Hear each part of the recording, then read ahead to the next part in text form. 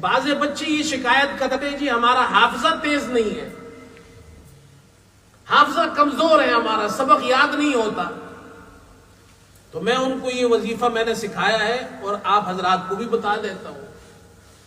حضرت مولانا حسین احمد مدنی رحمت اللہ علیہ ان سے منقول ہے، وہ فرماتے ہیں جمعے کے دن عصر کی نماز کے بعد سورۃ الاعلی سبح اسم ربک الاعلی یہ پڑھا کرو، اور جب اس آیت پر پہنچو سنقرئک فلا تنسا تو اس آیت کو 7 مرتبہ پڑھو.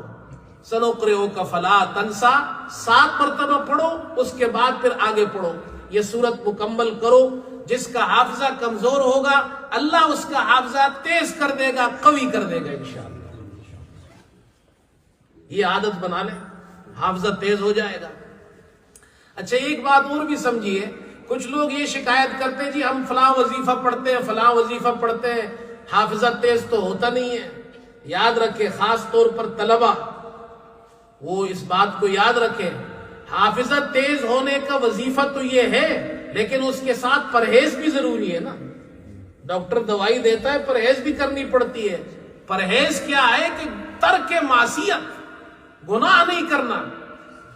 اگر گناہوں کے ساتھ ساتھ طالب علم وظیفہ پڑھتا ہے تو اس کا اثر نہیں ہوتا. وظیفے کا اثر اس وقت ہوتا ہے جب آپ گناہ نہیں کریں گے. بعض لوگ یہاں آتے ہیں، مولوی صاحب کوئی وظیفہ بتاؤ، تعویذ دے دو.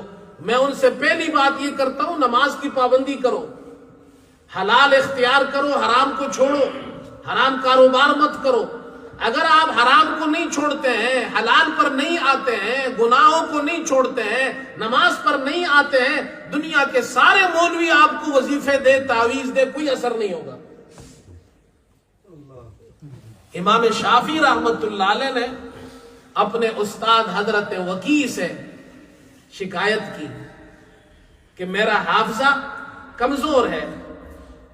تو اشعار میں فرمایا کہ شکوت الی وکیع سوء حفظی، شکوت الی وکیع سوء حفظی فاوصانی الی ترک المعاصی فإن العلم نور من الہی ونور اللہ لا یعطى لعاصی. میں نے اپنے استاد حضرت وکیع سے شکایت کی کہ میرا حافظہ بڑا کمزور ہے. تو میرے استاد نے وصیت فرمائی کہ بھائی تم معصیت کو، گناہوں کو چھوڑ دو، گناہ چھوڑنے سے تمہارا حافظہ قوی ہوگا. اس لیے کہ علم یہ اللہ کا نور ہے، اور جو شخص معاصی اور گناہوں میں مبتلا ہو اللہ ایسے گنہگار کو علم کا نور عطا نہیں کرتا ہے. جس دل کے اندر گناہوں کی سیاہی ہو وہاں اللہ کا نور نہیں جاتا، علم کا نور وہاں نہیں جاتا. علم تو بڑی پاکیزہ چیز ہے نا، علم تو بڑا پاکیزہ ہے، نورانی ہے، اشرف ہے، افضل ہے. تو گندی جگہ علم نہیں جاتا. علم تو اس جگہ جائے گا جہاں گناہ نہ ہو، صفائی ہو، اس جگہ جائے گا.